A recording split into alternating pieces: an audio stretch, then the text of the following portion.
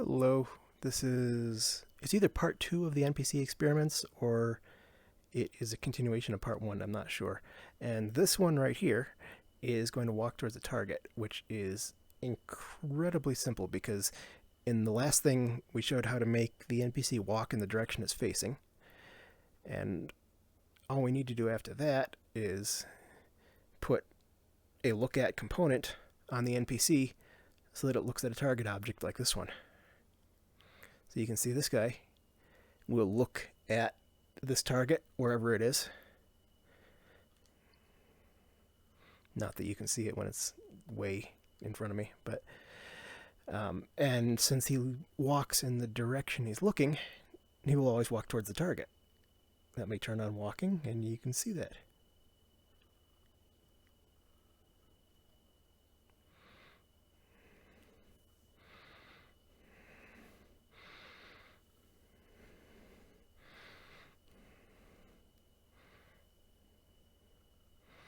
I think it would benefit you to be zoomed out a little more, or looking at the NPC instead of me. Let me just go to point of view.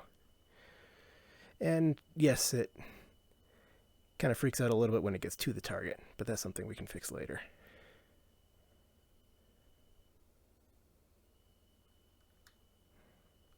So that is an incredibly simple way to do a walk to target.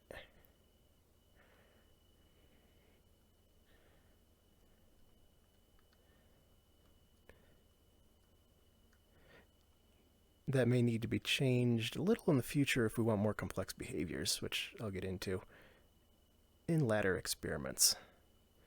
But even this is a pretty neat effect.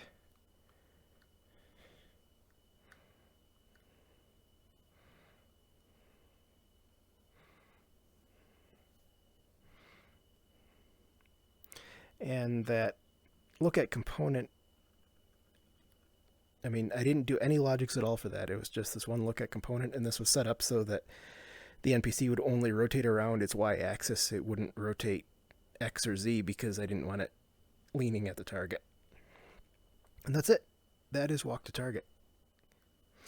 Now, let me demonstrate a slight problem with this NPC that we'll have to address next. You see, he's over there. His target is over there, and in between them is this hill. So if I tell him to start walking, he's going forwards just fine. Approaching the hill. And he has no respect for terrain at all. He's just going to walk straight through it. So that does not perhaps make the most realistic NPC ever.